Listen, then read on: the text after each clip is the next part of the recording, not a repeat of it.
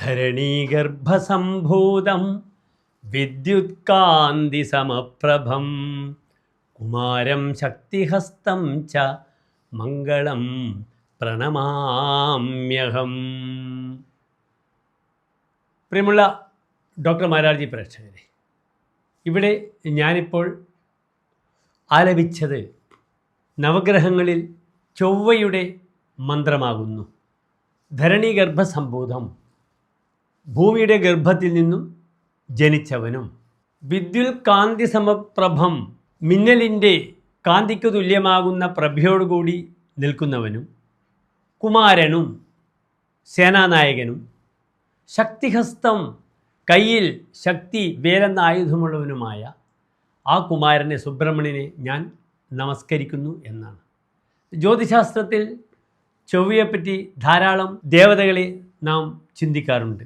എങ്കിലും പ്രധാനമായും പുരുഷരാശിയിൽ നിൽക്കുന്ന ചൊവ്വ സുബ്രഹ്മണ്യനും, സ്ത്രീരാശിയിൽ ഫെമിനൈൻ സൈനിൽ നിൽക്കുന്ന ചൊവ്വ ഭദ്രകാളി, ചാമുണ്ഡി തുടങ്ങിയ ദേവതകളെയും ചിന്തിക്കുന്നു.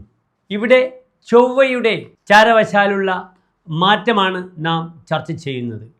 1199 മിഥുനമാസം 28 വെള്ളിയാഴ്ച, അതായത് 2024 ജൂലൈ 12 ഉദ്ദേശം 7 മണിയോടുകൂടി സന്ധ്യക്ക് ചൊവ്വ ചാരവശാൽ ഇടവം രാശിയിലേക്ക് സംക്രമിക്കുന്നു.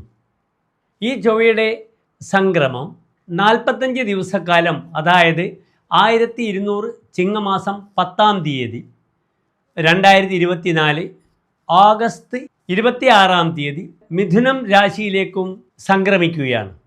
ഇവിടെ നാം 45 ദിവസക്കാലം ഈ ചൊവ്വയുടെ മേടം മുതൽ മീനം വരെയുള്ള 12 രാശികളിലേക്കുമുള്ള ശുഭാശുഭ ഫലങ്ങളാണ് ചർച്ച ചെയ്യുന്നത്. ചൊവ്വയുടെ ഈ രാശിമാറ്റത്തെപ്പറ്റി ചിന്തിക്കുമ്പോൾ ചൊവ്വയുടെ കാരക ധർമ്മങ്ങൾ എന്തൊക്കെയാണെന്ന് നാം അറിഞ്ഞിരിക്കണം. ചൊവ്വയെ കൊണ്ടാണ് സാധാരണയായി ജ്യോതിഷത്തിൽ ഭ്രാത സത്വം ച ഭൗമ ക്ഷിതിരഭി എന്ന് കാരകധർമ്മങ്ങൾ പറഞ്ഞിരിക്കുന്നത്. ചൊവ്വ സഹോദരൻ്റെ കാരക ഗ്രഹമാകുന്നു.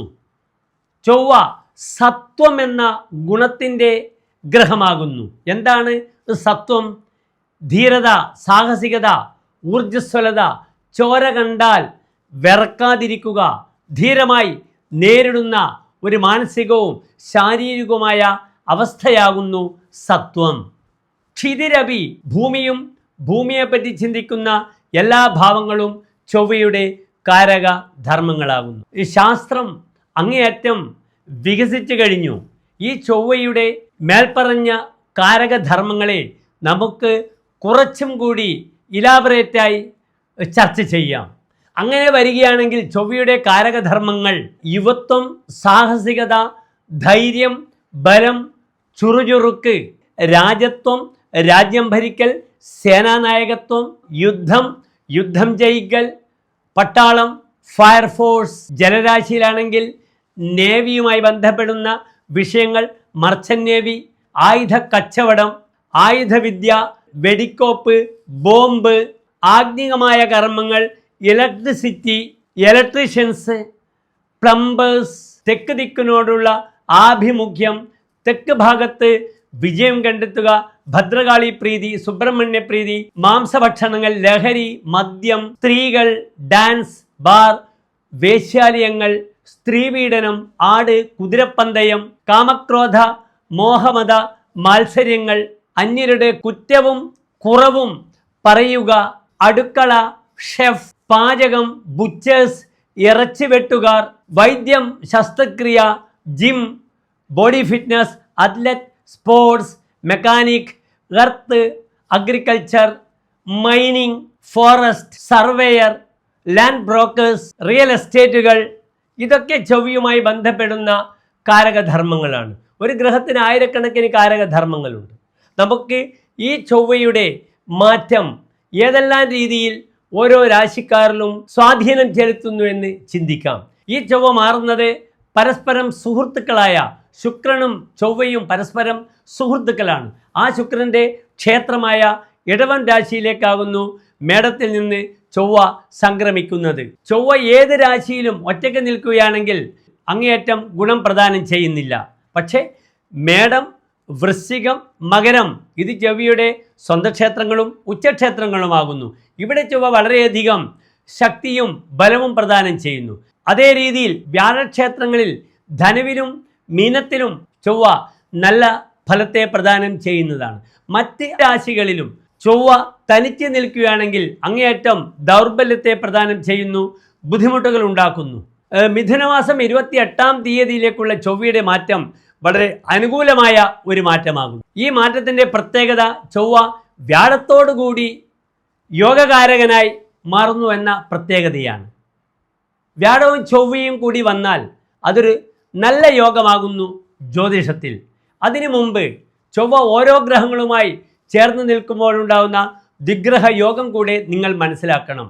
ഭൗമേന അഘരതം സൂര്യനും ചൊവ്വയും കൂടി വരികയാണെങ്കിൽ അഘരതം അഘേരതിഹി അയാൾ കുറ്റവാസനകളുള്ള വ്യക്തിയാകുന്നു, പാപകർമ്മങ്ങളിൽ താല്പര്യം കാണിക്കുന്ന വ്യക്തിയാകുന്നു എന്ന ഒരു നല്ല ഫലമല്ല ഹോരാചാര്യർ പറഞ്ഞിട്ടുള്ളത്.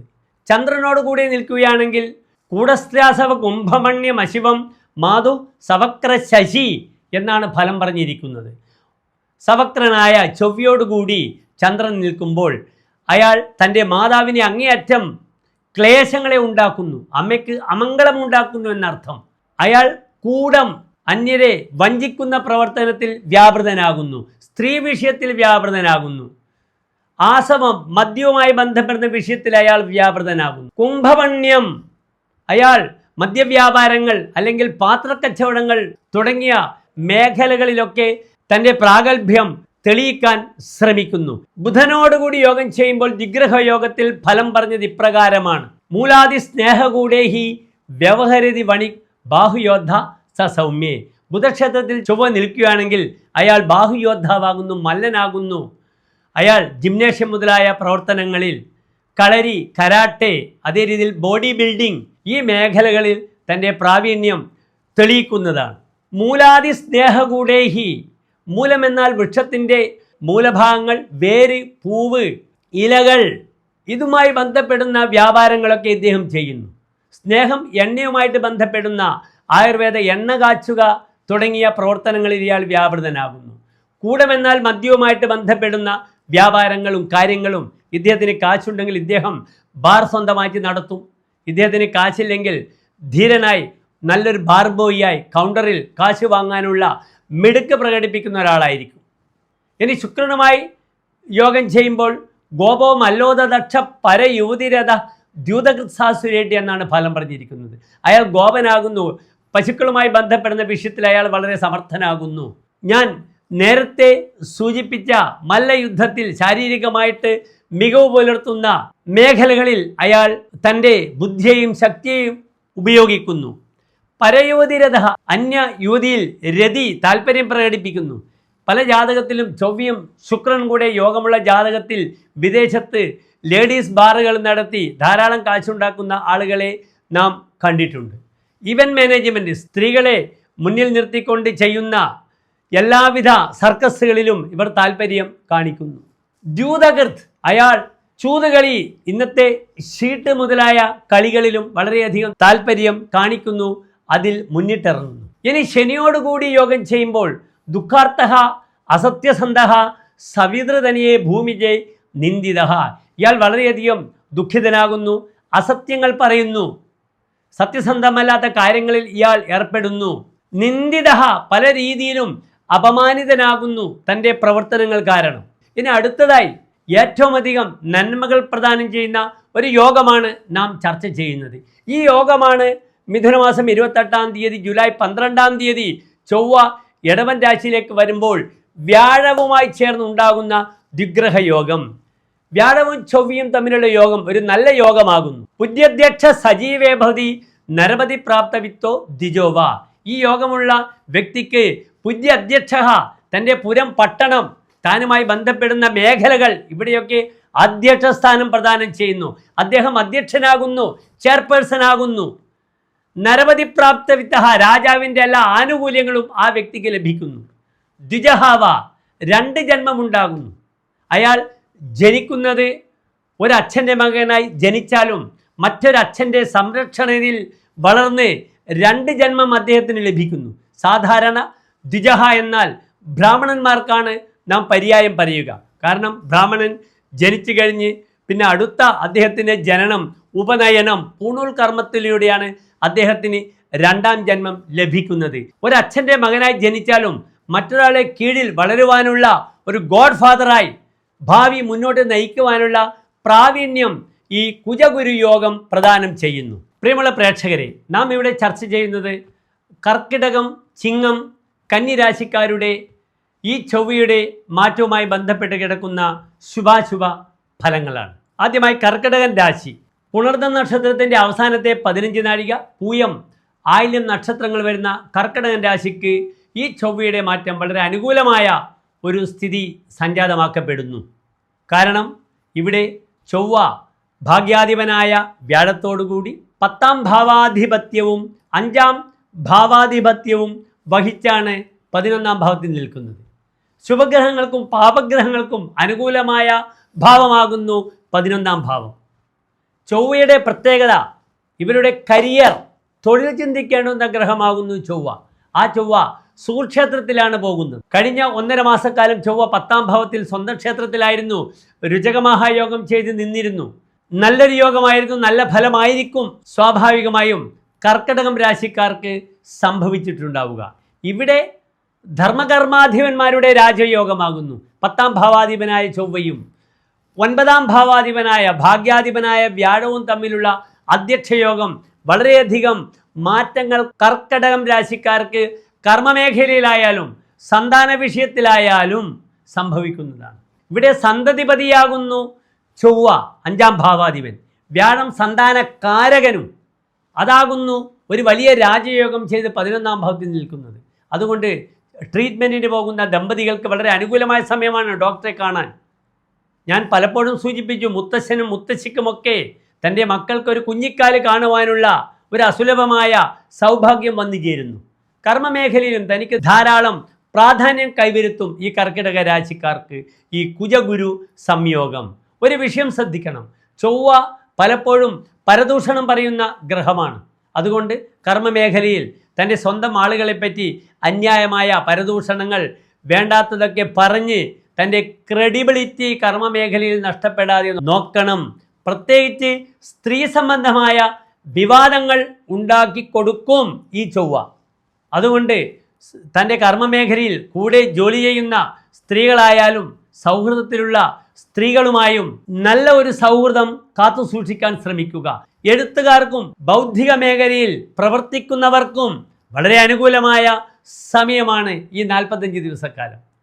വിദ്യാർത്ഥികൾക്ക് അവരുടെ യാത്രകൾ, ഗവേഷണം സമർപ്പിക്കേണ്ടുന്ന സമയങ്ങളൊക്കെ തന്നെ ഈ കുജഗുരു യോഗം 45 ദിവസം അനുകൂലമാണ്.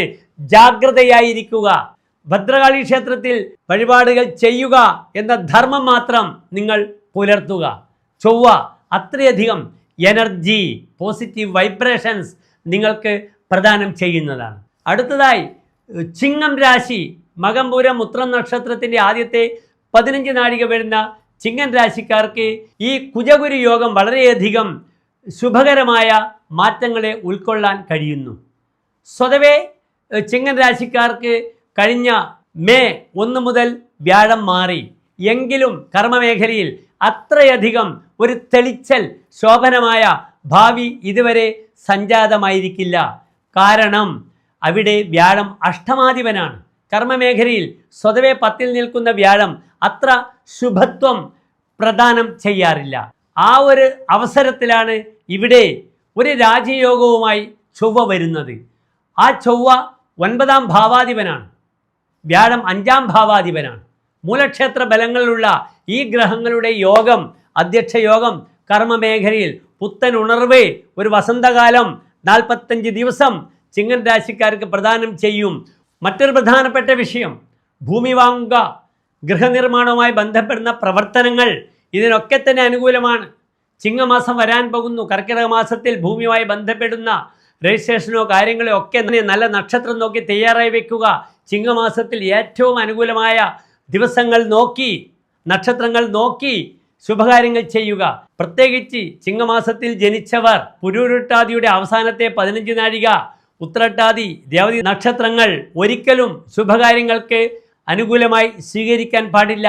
കാരണം അവരുടെ അഷ്ടമരാശി കൂറാകുന്നു മേൽ സൂചിപ്പിച്ച മീനം രാശി. പൂർവികമായ സ്വത്ത് കിട്ടുവാനും അതിൻ്റെ പേരിലുള്ള ചർച്ചകൾക്കും നമ്മുടെ പേരിൽ രജിസ്ട്രേഷൻ ചെയ്യുവാനുമൊക്കെ വളരെ അനുകൂലമാകുന്നു ഈ ഒരു ദിഗ്രഹയോഗം. അടുത്തതായി നാം ചർച്ച ചെയ്യുന്നു കന്നിരാശി. ഉത്ര നക്ഷത്രത്തിൻ്റെ അവസാനത്തെ 45 നാഴിക, അത്തം ചിത്ര നക്ഷത്രത്തിൻ്റെ ആദ്യത്തെ 30 നാഴിക വരുന്ന കന്നിരാശിക്കാർക്ക് ഈ ചൊവ്വയുടെ 9ാം ഭാവത്തിലുള്ള മാറ്റം, വ്യാഴത്തോടു കൂടിയുള്ള ദിഗ്രഹ യോഗം പ്രായണ അനുകൂലമായ ഒരു സ്ഥിതി സംജാതമാക്കുന്നതാണ്. ഇത്രകാലവും ചൊവ്വ സ്വന്തം ക്ഷേത്രത്തിലായിരുന്നു, 8ാം ഭാവത്തിലായിരുന്നു. എല്ലാ ഗ്രഹങ്ങളും എത്ര ശുഭമായി നിന്നാലും 8ലെ ചൊവ്വ വളരെയധികം ക്ലേശങ്ങളെ ഉണ്ടാക്കും. ആ ശുഭഫലങ്ങളെയൊക്കെ നശിപ്പിക്കുമെന്ന് ആചാര്യർ വിധി എഴുതിയിട്ടുണ്ട്. ശുഭാത്തസ്യക്കും ഖേജരഹ കുര്യുരന്യേ വിധാനേ ചെയ്ത് അഷ്ടമേ ഭൂമി സൂനുഹു സഖാകിന്ന ശത്രുയതേ സൽകൃതോപി പ്രയജ്ഞേകതേ ഭൂയതേ ച ഉപസർഗേഹി. 8ൽ ചൊവ്വ നിൽക്കുമ്പോൾ എത്ര യജ്ഞിച്ചാലും ശുഭഫലം ലഭിക്കുകയില്ല. താൻ സൽക്കരിച്ച സുഹൃത്ത് തൻ്റെ ശത്രുവാകുന്നു. എല്ലാ ശുഭഫലങ്ങളും അഷ്ടമത്തിലെ ചൊവ്വ നശിപ്പിക്കുന്നു. ആ ഒരു അഷ്ടമത്തിലെ ചൊവ്വയുടെ ദോഷഫലങ്ങൾ മാറിക്കഴിഞ്ഞു. 12ാം തീയതി ജൂലൈ ചൊവ്വ 9ാം ഭാവത്തിൽ അതിശക്തമായി ധർമ്മേഘവാൻ, ചോര കണ്ടാലും ഇളകാത്ത മനസ്സുമായി ധീരനായി 9ാം ഭാവത്തിലേക്ക് പോകുന്നു. അവിടെ വ്യാഴത്തോടു കൂടിയുള്ള യോഗവും വളരെ അനുകൂലമാണ് കന്നിരാശിക്കാർക്ക്. കന്നിരാശിക്കാർ എല്ലാ ശുഭഫലം ചെയ്യുമ്പോഴും അശ്വതി ഭരണി കാർത്തിക നക്ഷത്രത്തിൻ്റെ ആദ്യത്തെ 15 നാഴിക അടങ്ങുന്ന മേടം രാശി ഒരു കാര്യത്തിനും ഉപയോഗിക്കാൻ പാടില്ല ഈ നക്ഷത്രങ്ങൾ. കാരണം അവരുടെ അഷ്ടമരാശി കൂറാകുന്നു മേടം രാശി കന്നിരാശിക്കാർക്ക്. അതിനാൽ ഭൂമി സംബന്ധമായ വിഷയങ്ങൾ, ഡെവലപ്പിംഗ് ദ ലാൻഡ്, ഗൃഹനിർമ്മാണം, ഗൃഹവുമായി ബന്ധപ്പെടുന്ന പ്രവർത്തനങ്ങൾ, യാത്ര, ഇതൊക്കെ തന്നെ ഈ ചൊവ്വയുടെയും വ്യാഴത്തിൻ്റെയും യോഗം നന്മകൾ സൃഷ്ടിക്കുന്നു. പ്രത്യേകിച്ച് വ്യാഴം ഇത്രയും കാലം ശത്രുക്ഷേത്രത്തിലായിരുന്നു നിന്നിരുന്നത്. തപസ്യ എന്നൊരു ഫലം പലപ്പോഴും ദൈവികമായ ചിന്തകളുമായി കർമ്മമേഖലയിൽ ഒരു വേണ്ടത്ര ഊർജ്ജസ്വലതയില്ലാത്ത അന്തരീക്ഷത്തിൽ നിന്നും ഈ ചൊവ്വ വരുമ്പോൾ പെട്ടെന്ന് ഒരു ഊർജം സമാഹരിക്കുന്നു. എന്തിനേയും നേരിടുവാനുള്ള ചങ്കൂറ്റം ഈ ചൊവ്വ വ്യാഴത്തിന് സഹായകരമാകുന്നു. ഭദ്രകാളി ക്ഷേത്രത്തിൽ രക്തപുഷ്പാഞ്ജലി, കടുംപായസം, കർമ്മദോഷമുണ്ടെങ്കിൽ കർമ്മമുട്ട്, ശത്രുദോഷമുണ്ടെങ്കിൽ ശത്രുമുട്ട്, ശരീരത്തിന് BP വർദ്ധിക്കുകയാണെങ്കിൽ, ഇയർ ബാലൻസിങ്ങിൻ്റെ ബുദ്ധിമുട്ടൊക്കെ ഉണ്ടെങ്കിൽ ദേഹമുട്ട് ചെയ്ത് ഈ സമയത്തെ വളരെ അനുകൂലമാക്കി മാറ്റാൻ കന്നിരാശിക്കാർക്ക് കഴിയുന്നതാണ്. എല്ലാ പ്രിയപ്പെട്ട കർക്കിടകം, ചിങ്ങം, കന്നിരാശിക്കാർക്ക് ഈ ചൊവ്വയുടെ 45 ദിവസക്കാലമുള്ള മാറ്റം ശോഭനമായ ഭാവി ആശംസിക്കുന്നു. നന്ദി, നമസ്കാരം.